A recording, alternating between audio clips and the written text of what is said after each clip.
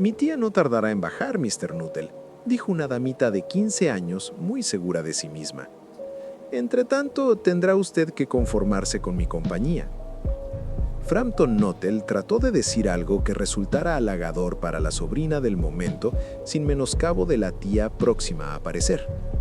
En su fuero íntimo, dudó más que nunca de que aquellas visitas de cumplido a una serie de personas completamente desconocidas le ayudaran mucho en la cura de nervios a que estaba sometido. «Sé lo que va a pasar», había dicho su hermana mientras Frampton se disponía a emigrar a aquel retiro rural. «Te enterrarás allí, sin hablar con nadie, y tus nervios empeorarán, en vez de mejorar. Te daré unas cartas de presentación para todas las personas que conozco allí. Algunas de ellas, por lo que puedo recordar, eran encantadoras». Frampton se preguntó si Mr. Stapleton, la dama a la cual iba a presentar una de las cartas de su hermana, pertenecía a aquella última categoría. «¿Conoce usted a mucha gente de por aquí?», preguntó la sobrina, cuando consideró que ya habían tenido una suficiente comunicación silenciosa. «No conozco a nadie», confesó Frampton. «Mi hermana pasó una temporada aquí hace unos años y me ha dado unas cartas de presentación para varias personas». Hizo la última afirmación en tono de evidente pesar. «¿Entonces, no sabe usted prácticamente nada acerca de mi tía?», inquirió la curiosa damita. «Solo su nombre y dirección», admitió el visitante. Se estaba preguntando si Mr. Stapleton era casada o viuda. En la estancia había algo indefinible que sugería una presencia masculina. «Su gran tragedia ocurrió hace 3 años», dijo la chiquilla. «¿Debió de ser en la época en que su hermana estuvo aquí?» «¿Su tragedia?», preguntó Frampton. En aquel apacible rincón, las tragedias parecían fuera de lugar. «Tal vez se haya preguntado usted por qué tenemos esa ventana abierta de par en par en una tarde de octubre», dijo la sobrina, señalando hacia un amplio ventanal que se abría al jardín. «Hace bastante calor para esta época del año. Pero, ¿qué tiene que ver esa ventana con la tragedia?». «A través de esa ventana, hace 3 años, salieron a cazar el marido de mi tía y sus 2 hermanos más jóvenes que ella. Nunca regresaron. Mientras cruzaban el pantano, dirigiéndose a su puesto de acecho favorito, se hundieron en las aguas fangosas.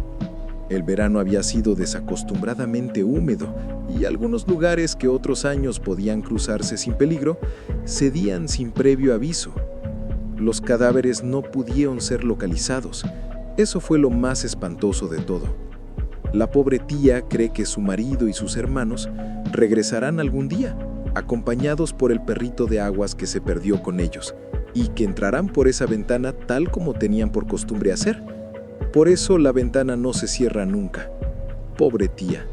A menudo me cuenta cómo se marchaban, su marido con su impermeable blanco doblado sobre el brazo, y Ronnie, el menor de los hermanos, cantando «Bertie, ¿por qué saltas?», como hacía siempre para fastidiarla, porque ella decía que la canción le atacaba los nervios. A veces, ¿sabes?, en los atardeceres tranquilos como este, tengo la horrible sensación de que, de un momento a otro, aparecerán a través de esa ventana. La chiquilla se interrumpió con un repentino estremecimiento.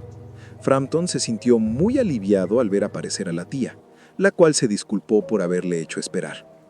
«Confío en que Vera le ha entretenido», dijo Mr. Stapleton. «Me ha contado cosas muy interesantes», dijo Frampton. «Espero que no le importe que la ventana esté abierta», dijo Mr. Stapleton vivamente. «Mi marido y mis hermanos no tardarán en regresar de una cacería, y tienen la costumbre de entrar por la ventana. Han ido al pantano, de modo que dejarán mis pobres alfombras hechas un asco. ¿Qué le vamos a hacer? Bueno, ¿qué tal lo pasa usted aquí, Mr. Nuttall?». Mr. Stapleton continuó hablando alegremente de la caza y de lo que escaseaban las aves acuáticas. Para Frampton, aquella conversación era horrible. Hizo un esfuerzo tan desesperado como inútil para desviar la conversación a un tema menos lúgubre. Se daba cuenta de que su anfitriona solo le dedicaba una parte de su atención y que los ojos de Mr. Stapleton se volvían continuamente hacia la ventana abierta y el jardín que se extendía más allá. «Los médicos estuvieron de acuerdo en recomendarme un absoluto reposo», diciéndome que procurara evitar toda excitación mental y toda clase de ejercicio físico violento. En lo que no se mostraron de acuerdo fue en la cuestión de la dieta. ¿No?, inquirió Mr. Stapleton, reprimiendo a duras penas un bostezo. Luego sus ojos se iluminaron repentinamente con una expresión interesada, aunque no por lo que Frampton estaba diciendo. ¡Ah! ¡Por fin! ¡Ahí están! Llegan a tiempo para el té y vienen cubiertos de barro hasta los ojos. Frampton se estremeció ligeramente y se volvió hacia la sobrina para expresarle silenciosamente su comprensión. La chiquilla miraba fijamente a través de la ventana abierta con una expresión de asombrado horror. Poseído de un súbito e inexplicable temor, Frampton se volvió en su asiento y miró en la misma dirección. En la macilenta luz del crepúsculo, 3 figuras avanzaban a través del jardín en dirección a la ventana. Las 3 llevaban una escopeta bajo el brazo y una lucía un impermeable blanco que se había echado por encima de los hombros. Iban acompañados de un perrito de aguas. Avanzaban en silencio hacia la casa y de repente una voz juvenil empezó a cantar: «Bertie, ¿por qué saltas?». Frampton empuñó salvajemente su sombrero y su bastón, cruzó precipitadamente el vestíbulo, echó a correr por el caminito de grava y al llegar a la carretera estuvo casi a punto de chocar con un ciclista, el cual tuvo que echarse a la cuneta para evitar la aparatosa colisión. «Hola, querida», dijo el hombre del impermeable entrando a través de la ventana. «Nos hemos cubierto de barro, pero ya está casi seco.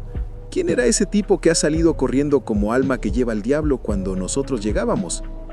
«Un hombre muy raro, un tal Mr. Nuttall. Solo sabía hablar de sus enfermedades y en cuanto os ha visto llegar, ha salido huyendo sin despedirse ni disculparse, como si hubiera visto un fantasma». «Supongo que ha sido por el perro», dijo la sobrina tranquilamente. «Me estaba diciendo que los perros le inspiran terror. Cierta ocasión se vio obligado a refugiarse en un cementerio situado a orillas del Ganges para escapar a la persecución de 2 perros vagabundos. Pero los perros le siguieron desde el interior del recinto y tuvo que pasar la noche en una tumba recién excavada con los 2 animales gruñendo y babeando encima de su cabeza. Una cosa así es capaz de destrozarle los nervios a cualquiera». Las fábulas improvisadas eran su especialidad.